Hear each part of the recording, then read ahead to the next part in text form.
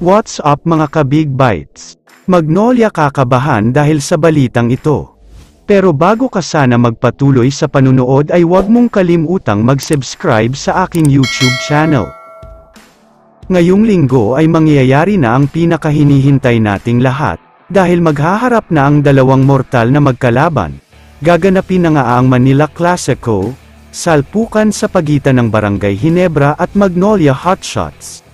Labanan nga ito ng dalawang malakas, powerhouse kinatatakutan at undefeated na teams, dahil 3-0 ang win-loss record ng Magnolia samantalang ang Ginebra naman ay mayroong 1-0 na win-loss record. Alam naman nating lahat kung gaano kaganda ang pinapakita ng Magnolia. Nagsimula ngang tumaas ang confidence nila noong PBA on Tour kung saan undefeated rin sila dito dahil 11-0 ang record nila. Tapos ngayon nga ay undefeated pa rin sila at wala talagang nagiging successful para bahira ng pagkatalo ang record nila, kaya naman chance na ito ng Ginebra para bigyan ang Magnolia ng kanilang unang talo. Pero hindi magiging madaling hamon ito para sa Ginebra, dahil halos kalahati sa mga star players nila at yung mga starting player nila ay wala sa lineup, may nagkaroon ng injury, may nagpapahinga, may suspended at iba pa.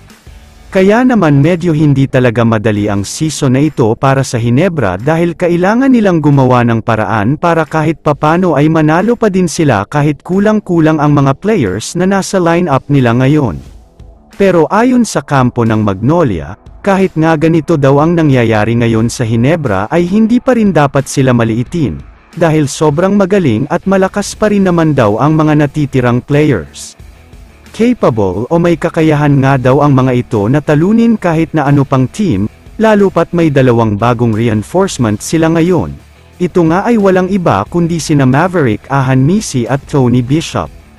Nagpapasalamat nga daw ang Magnolia dahil nakaharap nila ang Ginebra ng maaga, kung kailan wala pang masyadong chemistry ang mga ito at hindi pa talaga ganun kainit ang mga players dahil kasisimula pa lang ng season para sa kanila.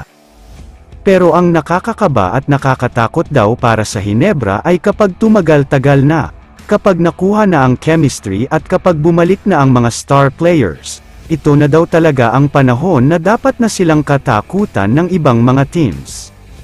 Kaya naman kung kayo ang tatanungin, ano ang masasabi nyo sa magiging laban sa pagitan ng Ginebra at Magnolia?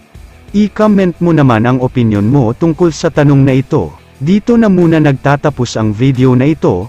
Maraming salamat sa panunood mga ka-Big Bites. God bless sa inyong lahat.